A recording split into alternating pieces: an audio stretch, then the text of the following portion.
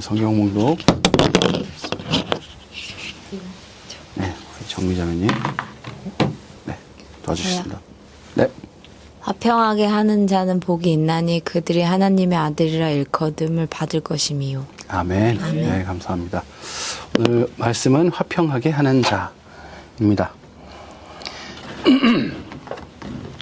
네, 여러분, 우리가 지난주 말씀 뭐였나요?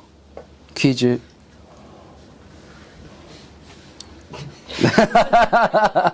네, 괜찮습니다. 다 알고 계시는데 수줍어서 말씀을 못 하시는군요. 네, 마음이 청결한 자. 네, 마태복음 5장 8절이었습니다. 마음이 깨끗한 사람 참 좋은 사람이죠. 그래서 순수한 사람은 참 좋은 사람입니다. 그들의 행동과 마음의 차이가 없어서 그들의 행동을 의심하지 않습니다. 내 주변의 사람은 모두 마음이 깨끗했으면 좋겠습니다. 그렇죠? 네.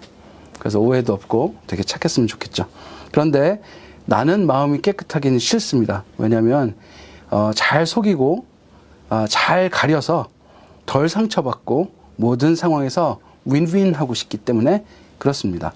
관계에서 속을 내보이는 것은 요즘 시대에서 말하면 바보 같은 짓이죠. 그렇죠? 네. 그리고 속을 내보인다는 것은 관계가 어느 정도 되지 않으면 정말 속을 내보이기가 굉장히 쉽지가 않은 상황입니다. 근데 순수한 사람, 마음이 청결한 사람들은 이 속이 겉과 다르지 않기 때문에 잘 내보이는 사람들이죠. 그래서 남으로 둘 땐 참 편한데 좋고, 근데 내가 그런 사람이 되기는 참 쉽지 않은 세상에 사는 것 같습니다. 근데 성경은 마음이 청결한 것을 뭐라고 말씀하시냐면 마음에 오직 하나님만 두는 것을 마음이 청결한 사람이다라고 말합니다. 오직 그분만을 신뢰하고 또 그분만을 신뢰함으로 하나님만 마음에 두는 사람을 말합니다. 그렇기 때문에 이 마음이 깨끗한 사람은 하나님을 속이지 않고 사람을 속이지 않습니다. 마음과 행동이 다르지 않습니다. 이 부분 굉장히 같죠. 우리가 세상에서 인간적으로 말하는 그 순수한 사람을 말하는 것과 같습니다. 여러분, 또 마태복음 말씀을 들어서 눈 있는 곳에 보물이 있는 말씀을 나눴는데요. 그리고 두 주인 섬기지 못할 것이라는 말씀도 우리가 지난주에 나눴습니다. 그래서 눈은 마음의 창입니다. 마음이 깨끗한 사람은 다른 곳에 눈이 가지 않습니다. 우리 안에 거하시는 하나님과 늘 동행하며 하나님께서 어디를 바라보시는지 그리고 하나님께서 어디에 마음을 두시는지를 봅니다. 그래서 마음이 청결한 사람은 늘 하나님을 봅니다. 여러분이 얼마나 이것이 큰 복인지 모르겠습니다. 이 성경에서 마음이 청결한 자는 하나님을 볼 것이다 라고 말씀하고 계신데요. 이 복이 얼마나 큰 복인지 몰라요. 우리 안에 주인 되신 하나님께서 어느 곳에 시선이 향하시는지, 어떤 마음을 갖고 계시는지, 우리 어떤 일을 행하시는지 늘 하나님을 향해 있는 우리의 눈, 그것이 우리의 마음 또한 그곳으로 향해 있기 때문에 마음이 청결한 자는 하나님만 마음에 두는 사람을 말하는 것입니다. 여러분에게도 이런 복이 있길 바랍니다. 저에게도 이 복이 있기를 간절히 바랍니다. 오늘 말씀은 마태복음 이 5장 8복 중에 7번째입니다. 네, 화평하게 하는 자라는 말씀을 가지고 우리가 오늘 보도록 하겠습니다. 같이 가슴에 손을 올리시고 기도하도록 하겠습니다. 하나님 말씀하십시오. 제가 듣겠습니다. 하나님 말씀하십시오. 제가 듣겠습니다. 예수님 가신 대로 제가 따르겠습니다. 예수님 가신 대로 제가 따르겠습니다. 성령님 저희와 늘 함께하여 주십시오. 성령님 저희와 늘 함께하여 주십시오. 아멘. 네, 여러분 화평하게 하는 자가 영어로는 피스메이커라고 되어 있습니다. 네, 피스메이커. 그래서 이제 성경을 번역을 쭉 보면 대부분의 영어 성경 번역이 피스메이커로 되어 있습니다. 피스를 만드는 사람, 화평하게 하는 사람. 근데 이제 한자어 사전하고 국어 사전을 제가 보는데요. 왜냐하면 이 단어가 우리의 이 선조, 이 번역가가 이 단어를 어떤 의미로 이해하고 하나님께서 번역하게 하셨는지를 정확하게 알고 싶어서 꼭 찾아보는데요. 여러분, 마음이 기쁘고 평안한 것들, 그 다음에 나라 사이에 다툼이 없이 잘 지내는 것들, 그리고 화목하고 평화스러운 것들을 이제 말하는데요. 여러분, 우리가 좀 주의 깊게 보아야 할 것이 뭐냐면 관계 사이에서 쓰이는 단어다라는 거예요. 네, 항상 화평은요, 나 혼자 평화스럽다고 해서 화평하다라고 하지 않습니다. 뭐와 뭐가 사이가 좋은 것을 화평하다 그럽니다. 그래서 둘이 정말 싫어하고 정말 짜증나 하는데 말을 섞으면 더러우니까 말을 섞지 않고 가만히 있는 상태는 겉으로 보면 화평해 보입니다. 왜냐하면 아무 일도 일어나지 않고 싸우지 않기 때문에. 네. 근데 그런 상태를 화평하다고 하지 않는다는 거예요. 이 둘의 관계를 말하는데 하나 더 나아가서 화평하다는 것은요, 사이도 좋아야 됩니다. 네, 이 두 가지에 꼭 주목을 하시면 좋겠습니다. 관계에서 얘기하는데 그 관계가 화평해 보이는 상태를 이야기하는 게 아니고요, 둘의 사이가 화목한 걸 이야기합니다. 네, 이것에 주의 깊게 보면서 오늘 말씀을 보시면 좋겠습니다. 오늘 성경에서 화평케 하는 이 피스메이커는 그래서 어떤 사람이나 집단 또는 나라의 관계 사이에 서서 그 사이에 서서 이 둘의 평화를 유지할 수 있도록 하는 것뿐만 아니라 약간 니고시에이터 이런 거 생각나시지 않습니까? 그죠? 그래서 뭔가 협상을 조율하는 것에서 머무는 것이 아니라 아까 제가 말씀드렸다시피 화목하게 하도록 관계를 만들어주는 역할을 하는 걸 말합니다. 네. 단순히 둘의 어떤 조율에서 언제나 다시 전쟁이 반발할 수 있는 거를 잠시 협정에 의해서 멈추게 하는, 그래서 평화조약을 하는 정도가 아니라 진짜 좋은 관계가 되도록 만드는 것. 그래서 생각해 봐야 될 게 이 화평과 화목이 유지되는 것을 확인하면 그만하는 것인가? 아니에요. 지금은 서로 또 화평할 수 있어요. 서로 사이가 좋을 수 있죠. 그런데 이들이 또 싸울 수도 있지 않습니까? 그래서 화평케 하게 하는 자의 기간은 그때만이 아닙니다. 기간이 없습니다. 네, 기간이 있는 것이 아니라는 것. 그래서 이제 세 가지 시간적인 측면에서 말씀드렸고, 관계적인 측면에서 말씀드렸고, 그 둘의 사이에서 이루어지는 것인데 그 관계가 화목하게 하는 것까지 하는 것을 우리가 화평하게 하는 자라고, 피스메이커라고 성경적 의미를 갖고 있다고 말씀드렸습니다. 그래서 화평하게 하는 자라는 말은요, 그랬다 안 그랬다 하는 것이 아니라 어떻게 보면 그 사람, 그 피스메이커의 아이덴티티를 말하는 거예요. 그 사람이 어떤 사람인가? 화평하게 하는 자이다.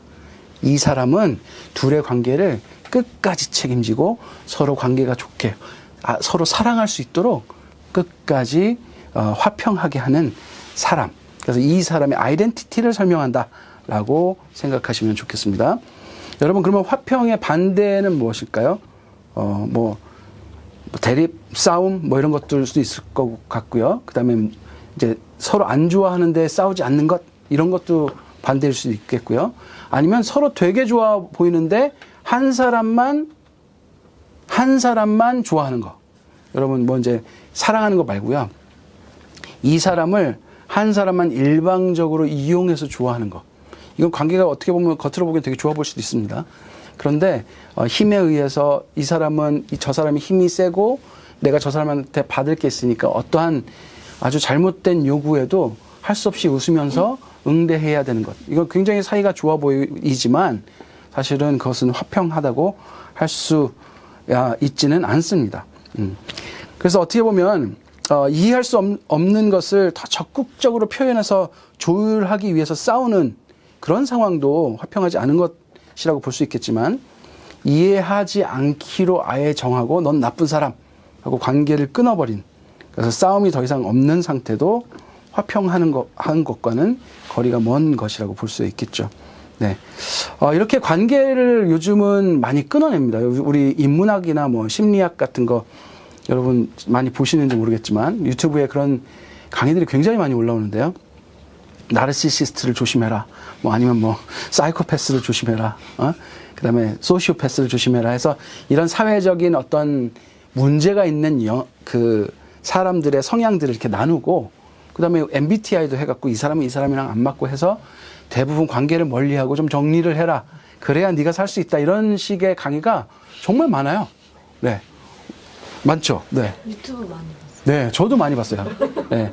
왜냐면 우리가 관계에 안 뒤어본 사람이 있습니까? 관계에 딱 한 번 뒤면 이게 뭐 어떻게 해야 되는 건지 잘 모르겠잖아요. 그러니까 유튜브 보면서 이 사람은 처음부터 관계 안 하는 게 맞았구나 이런 생각을, 왜냐면 나 혼자 생각하면 미안하잖아. 이게 좀 약간 죄책감이 드는데 심리학자가 그러라고 하면 아유 그래 이 사람의 권위, 나는 끝까지 관계를 개선하고 싶지만 이 박사님이 관계를 끊으라 그러는데 왜 이렇게 좋아해? 그래서 그런 권위에 힘입어 아주 소심스럽게 관계를 끊어내는 그런 일들을 많이 우리 이렇게 두 분은 확실히 하고 있는 것 같습니다.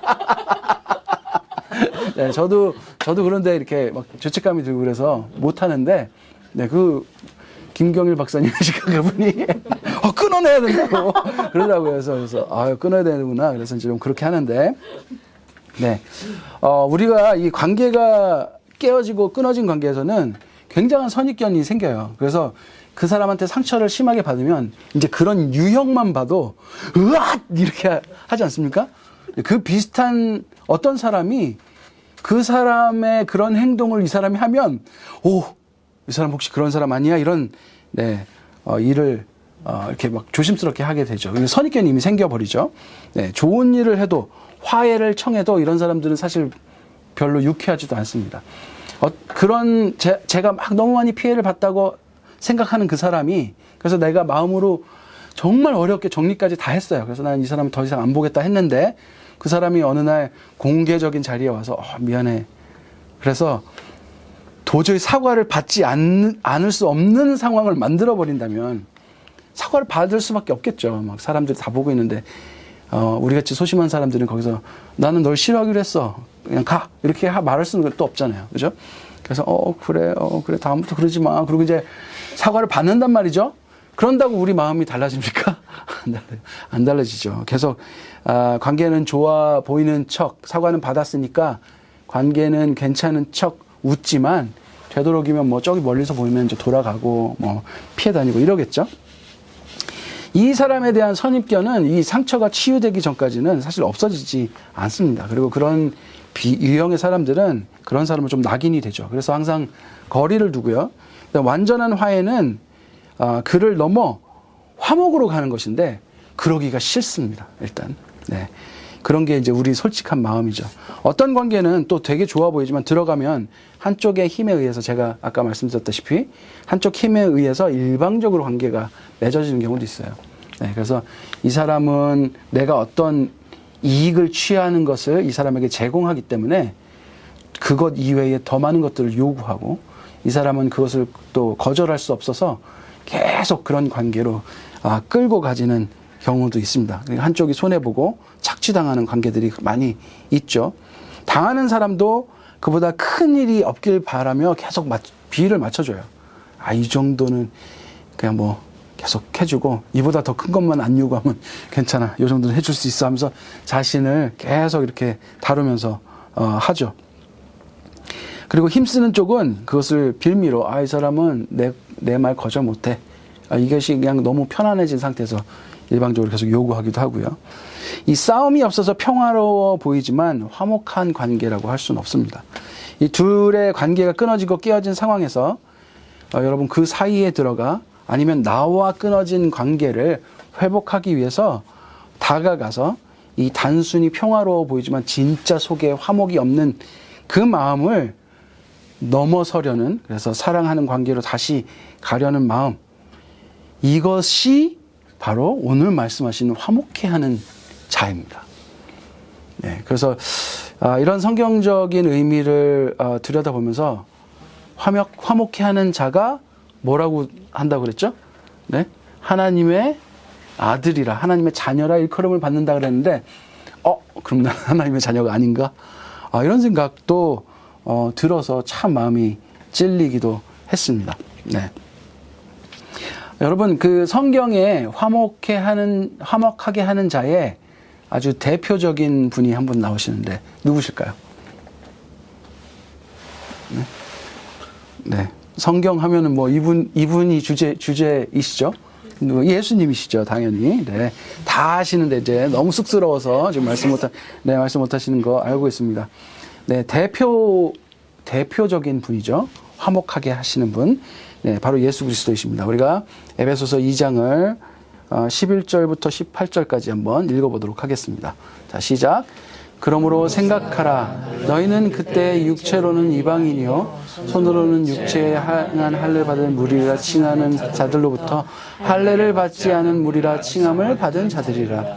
그때에 너희는 그리스도 밖에 있었고 이스라엘 나라 밖에 사람이라 약속을 외인이요 세상에서 소망이 없고 하나님도 없는 자이더니 이제는 전에 멀리 있던 너희가 그리스도 예수 안에서 그리스도의 피로 가까워졌느니라. 그는 우리의 화평이신지라. 둘을 하나로 만드사 원수된 것을 중간에 막힌 담을 자기 육체로 하시고 법정으로 된 계명의 율법을 폐하셨으니 이는 이 둘로 자기 안에서 한 세 사람을 지어 화평하게 하시고 또 십자가로 이 둘 한 몸으로 하나님과 화목하게 하려 하십니다. 원수된 것으로 십자가로 소멸하시고 또 오셔서 먼데 있는 너희에게 평안을 전하시고 가까운 데 있는 자들에게 평안을 전하셨으니 이는 그리스도로 말미암아 우리 둘이 한 성령 안에서 아버지께 나아감을 얻게 하려 하십니다. 제가 옆으로 읽으니까 자꾸 버벅거리네요. 자, 여기 있는 말이 좀 어려운 말들이 많아요. 네, 이게 사실은 유대인과 이방인에 대해서 하는 말인데요.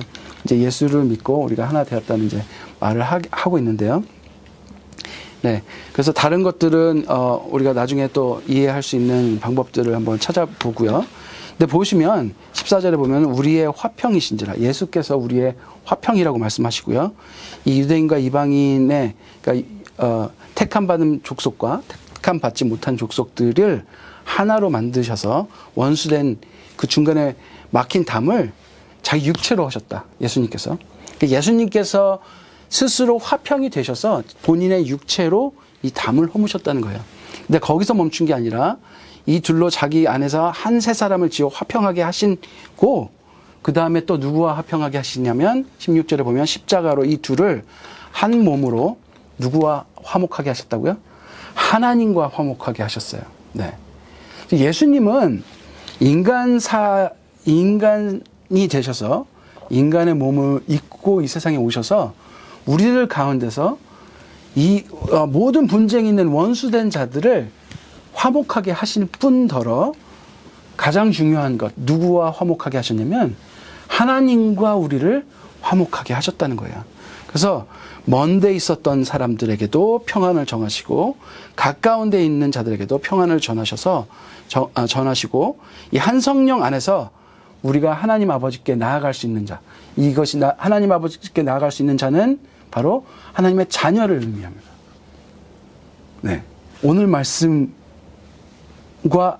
잘 맞아떨어지는 말씀이에요.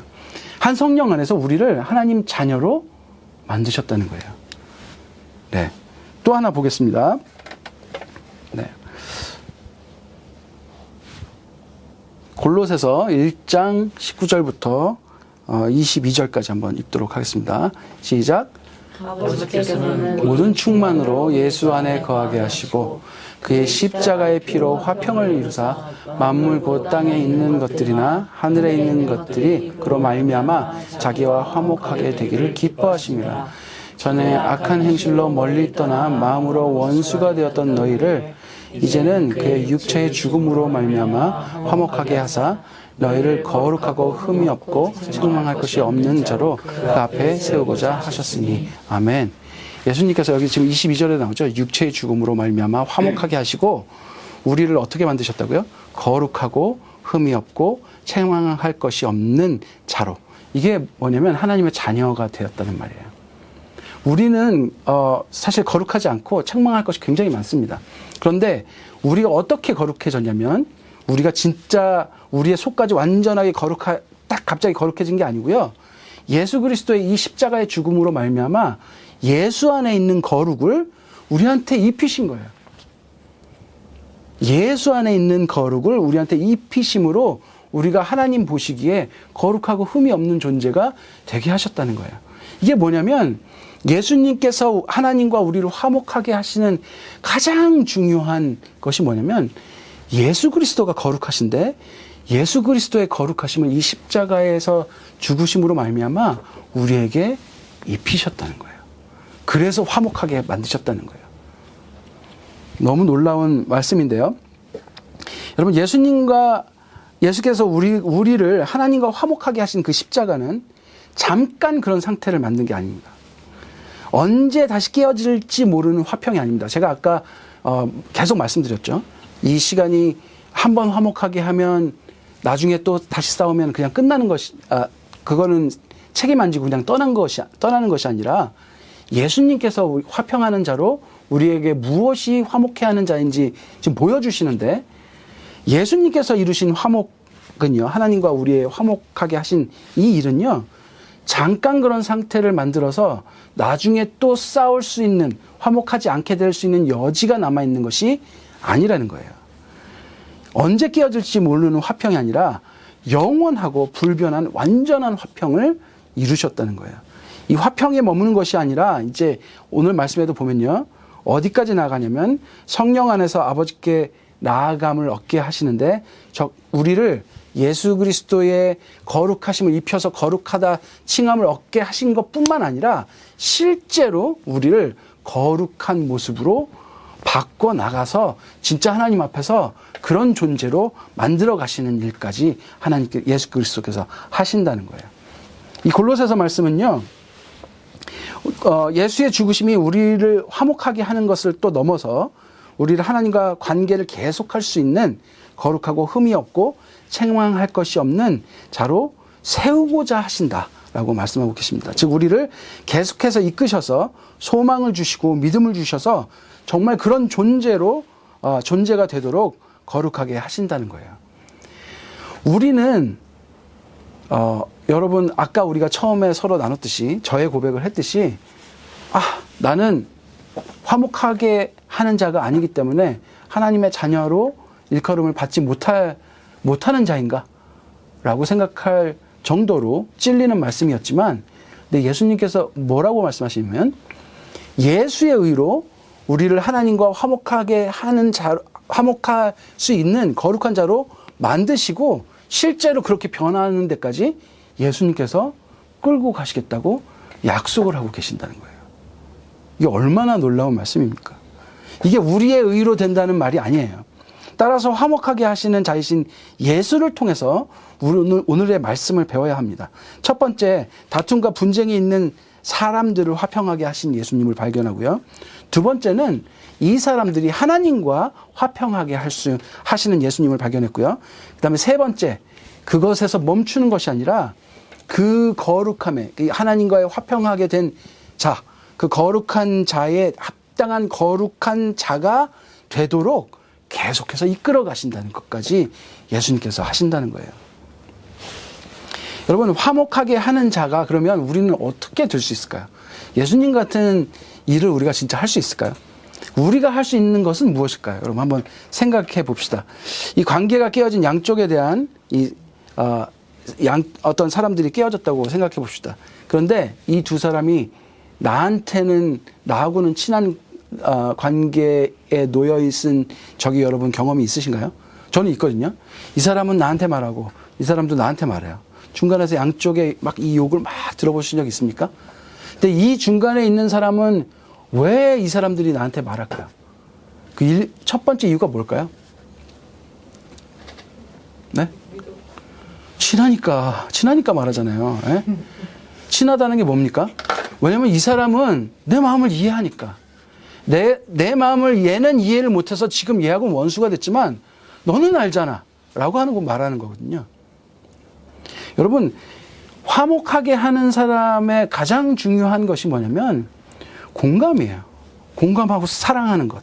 그 사람의 마음을 이해하는 것. 그래, 얼마나 힘들었겠니? 이 말을 하지 않는 사람한테는 말 안 합니다. 공감하지 않는 사람한테 여러분 말하는 거 얼마나 힘든지 아십니까? 말하는데, 야, 네가 뭐 잘못한 게 있으니까 그랬겠지. 그리고 공감 안 하고, 걔를 오히려 막 이해하고 그러면 말하기 짜증나죠. 저희 아내가 저한테 항상 불만을 토로할 때가 있습니다. 공감 한마디면 되는데, 해결책을 제시하고, 논리적으로 뭐가 잘못된지를 찾아내서, 거기서 네가 잘못한 거야라는 것을 꼭 말하는 저를 볼 때 내가 그걸 몰라서 그런 게 아니라 한마디 힘들었겠구나 이거 들으려고 하는 건데 뭐 이렇게 선생처럼 구느냐라고 말을 할 때가 많이 있죠. 이게 남자로서 이게 좀 잘 안 되는 부분이긴 한데 여러분 한번 잘 생각해 보십시오. 관계가 깨어진 것의 회복 중에 하나는요. 내가 만약에 그 사람하고 관계가 깨어진 이유는 그 사람의 행동을 이해하지 못하기 때문이죠. 어떻게 저럴 수가 있지? 어떻게 나한테 이럴 수가 있지? 어떻게 저런 행동을 할 수가 있지? 저기 사람 맞아? 라는 거잖아요. 근데 그 사람 사람 맞거든요. 그리고 친한 사람도 있고. 네. 근데 단지 내가 이해를 못하는 거예요. 나한테 예의 없는 거고 나한테는 저럴 수 없는, 할 수 없는 행동을 저 사람이 하는 것이라는 거죠. 이 공감하는 관계, 이 마음이 오가는 관계가 되지 못했기 때문에 우리는 정말 화평케 하는 자가 되지 못하는 경우가 너무나도 많다는 거죠. 그런데 여러분 반대로 예수님께서 화목하게 하는 자라는 말은 무엇을 의미할까요, 그러면? 예수님은요, 완벽하게 공감하시는 분이에요.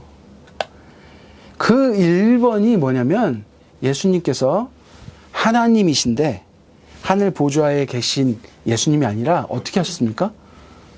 인간의 육체를 가지고 인간으로 태어나셨어요.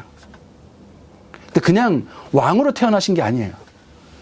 가장 낮고 말도 안 되는 동물 농장에서 이런 말 하면 애들은 되게 우와 그러더라고요. 좋겠다. 동물 농장에서 태어났다는데. 네. 네, 근데 이게 얼마나 그런 일인지 아시죠? 그리고 태어나셔서도 그냥 노동자로 사셨어요. 네.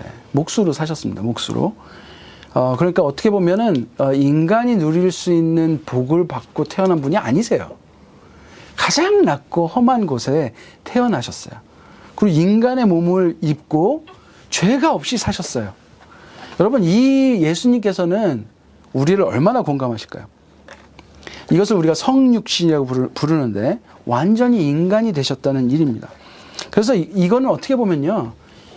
예수님이 내가 되신 사건이에요. 네, 힘드시니까. 예수님이 내가 되신 사건이라는 거예요.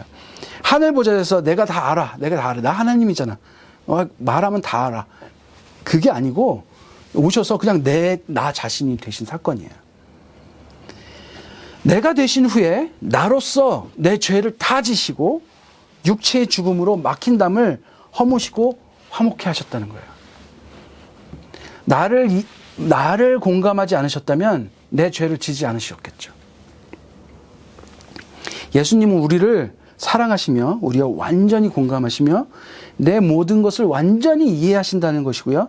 그렇지 않았다면 성육신이 없고 십자가도 없고 화목도 없습니다. 그 예수 그리스도의 화목케 하는 자로서의 첫 번째 출발은요. 우리에 대한 온전한 사랑과 공감이에요.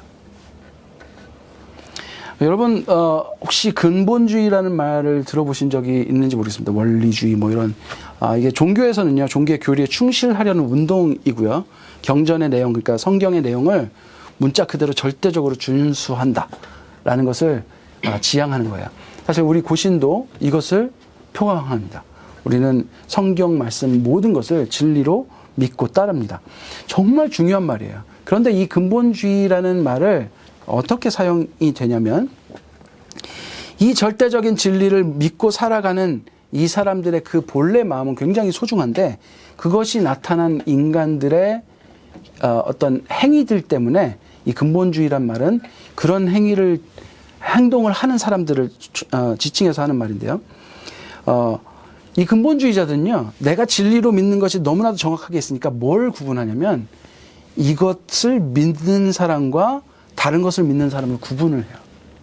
근본주의자들은요, 이것이 진리이기 때문에 진리 밖에 있는 사람을 구분하기 시작합니다. 그리고 이것을 진리로 받아들이지 않는 사람들을 철저하게 구분합니다.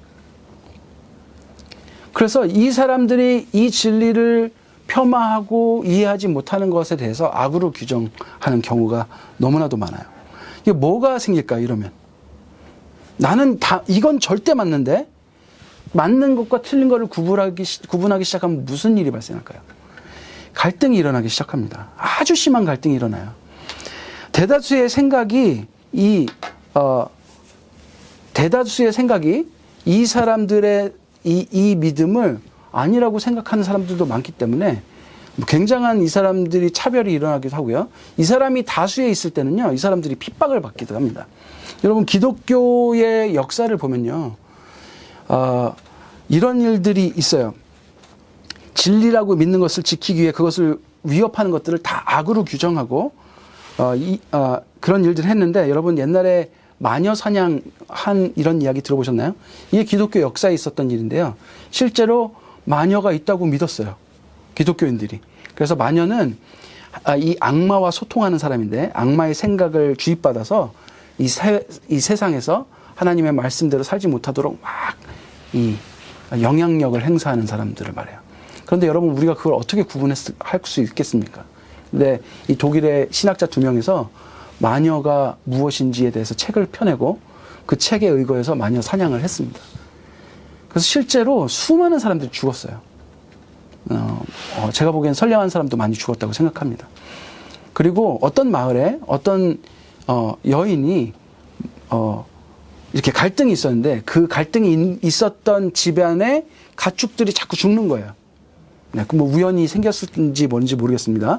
그런데 실제로 그 사람이 마녀로서 영향력을 행사했다고 생각해서 저 사람이 마녀다라고 고발을 해서 죽이는 사건까지 일어나요. 그러니까 이것이 단순히 성경적인 차원을 다 넘어서 인간들의 갈등에도 이 마녀 사냥이 이용됐다는 거예요. 얼마나 많은 사람들이 죽었고 또 얼마나 많은 사람들이 이 갈등에 이 마녀 사냥을 이용했는지 모르겠습니다. 또한 중세 기독교 국가들이 얼마나 많은 전쟁을 일으켰습니까? 수많은 타 종교를 핍박하고 살해하기도 했습니다. 프랑스에서는 천주교와 기독교 싸움이 너무나도 오래됐고 서로 죽이고 난리도 아니었습니다. 중세 신앙인들은 어떻게 예수를 믿는다면서 믿음을 지킨다는 이유만으로 이렇게 다른 사람들을 핍박할 수 있었을까요? 여러분, 독일의 철학자 위스겐 하버마스는 이런 말을 했어요. 그게 근본주의는 자기 신념이나 생각이 논리적이지 않고 근거가 전혀 없음에도 불구하고 자기만 옳다고 끝까지 고집스럽게 주장하는 정치적 사고방식이라고 말했습니다. 그래서 근본주의 사고방식은 소통을 거절하고 관계를 단절하고 나와 다른 사람에게 폭력을 행하는 것이라고 규정을 했습니다. 이 사람의 말을 제가 동의한다는 뜻은 아닙니다. 그런데 여러분, 잘 생각해 보면 우리 안에 이런 마음이 얼마나 많은지 한번 보셨으면 좋겠어요. 우리 안에 이런 마음이 얼마나 많은지 한번 보셨으면 좋겠습니다. 여러분, 이것을 확대해 보면요, 우리가 화평하게 하는 자가 되지 못하는 이유 중에 하나가 내 신념에 인간이라면 저럴 수 없어, 그 친구에 대해서 내가 화평하게 하는 자가 되지 못하는 나의 신념이 더 강하기 때문에 하나님의 말씀을 이행하지 못하는 경우가 너무 많아요. 즉, 자기 신념을 하나님의 말씀 위에 두는 경우가 너무나도 많다는 겁니다. 성경의 가장 중요한 가르침인 이 화평케 하는 것, 예수께서 몸소 보이신 이 화평케 하는 것, 이 예수께서 몸소 보이신 이 화평케 하는 것으로 우리가 구원을 얻었습니다. 하나님과 화목케 되는 이 놀라운 구원을 얻었음에도 불구하고 우리는 이것을 거부하고 살고 있는 것이 아닌가라는 것입니다. 이것이 죄의 성경적 정의예요. 내가 하나님의 말씀보다 나의 신념을 더욱 우선시 두고 하나님의 말씀을 따르지 않고 나의 신념대로 사는 것.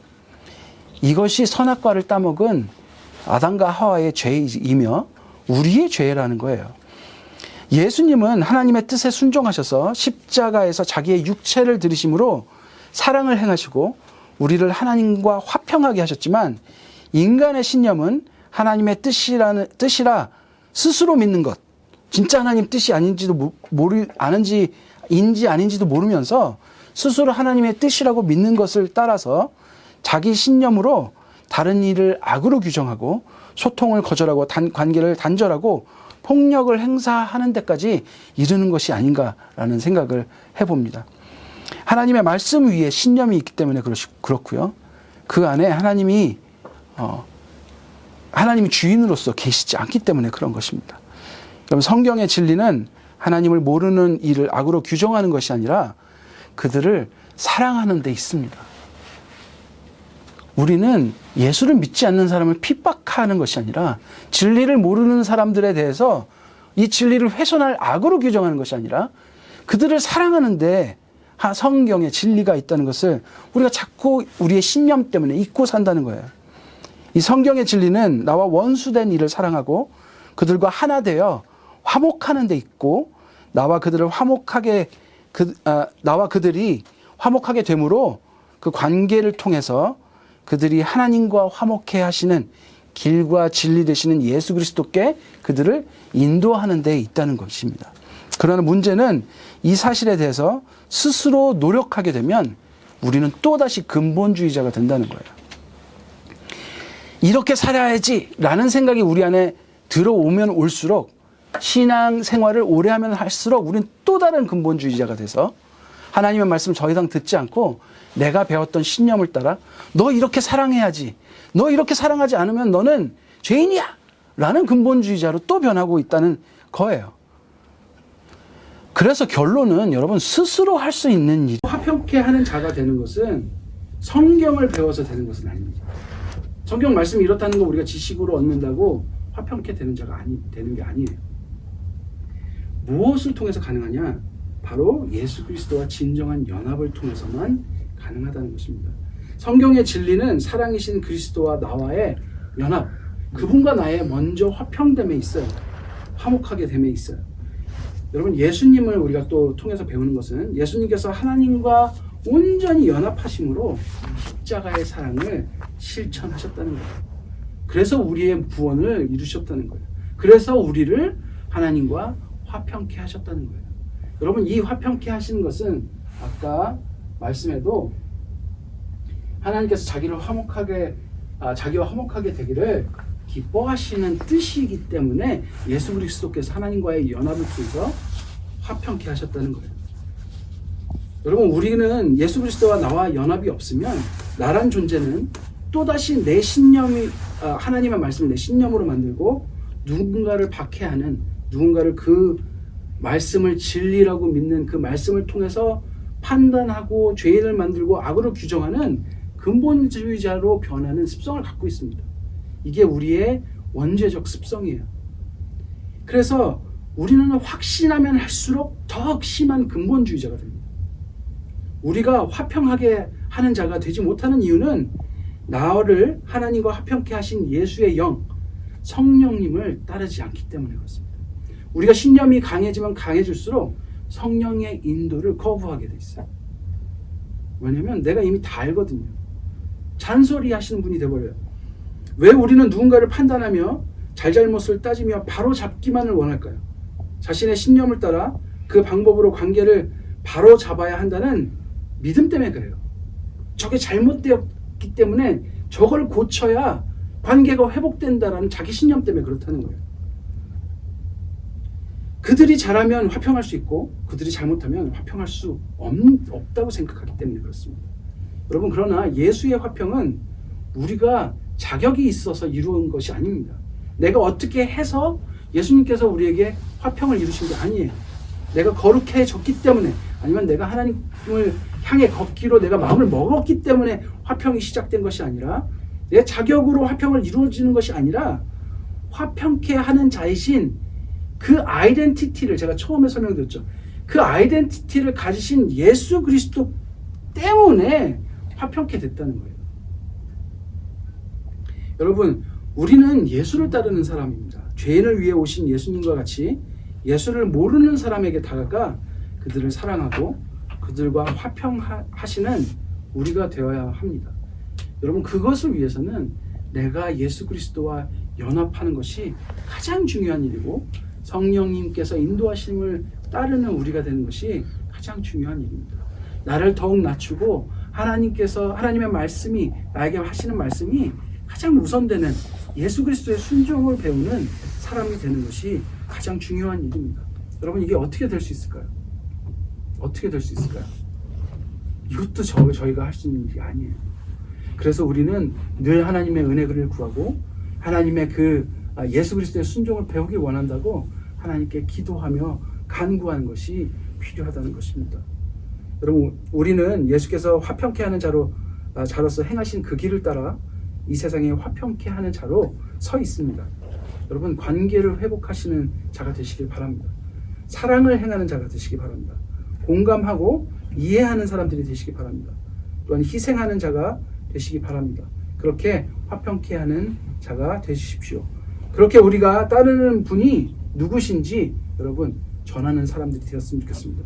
그렇게 회복된 관계를 통해서 하나님께서 진정한 변화를 일으키시고 거룩으로 이끌고 가신다는 것을 믿으시기 바랍니다. 우리를 예수 닮게 하신 그분께서 우리 관계를 통해서 깨어진 자들을 화평케 하실 것이고 그들을 화목하게 하도록 변화시킬 것입니다.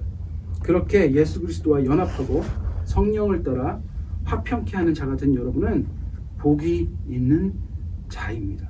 여러분은 하나님의 자녀이기 때문에 그렇습니다. 제가 기도하겠습니다. 하나님 아버지 감사합니다.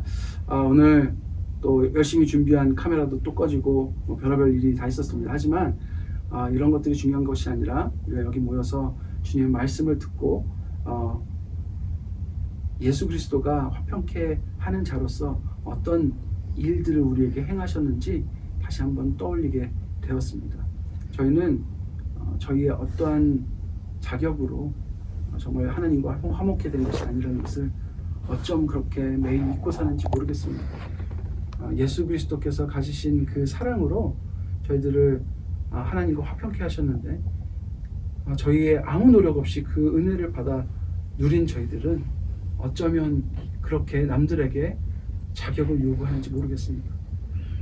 저희가 예수님을 좀 많이 알아가면 알아갈수록 저희들에게 믿음이 강해지면 강해질수록 어쩜 그렇게 말씀을 통해서 남들을 재단하고 죄인을 만들고 악으로 규정하는 일들이 저희 마음 안에 벌어지는지 모르겠습니다.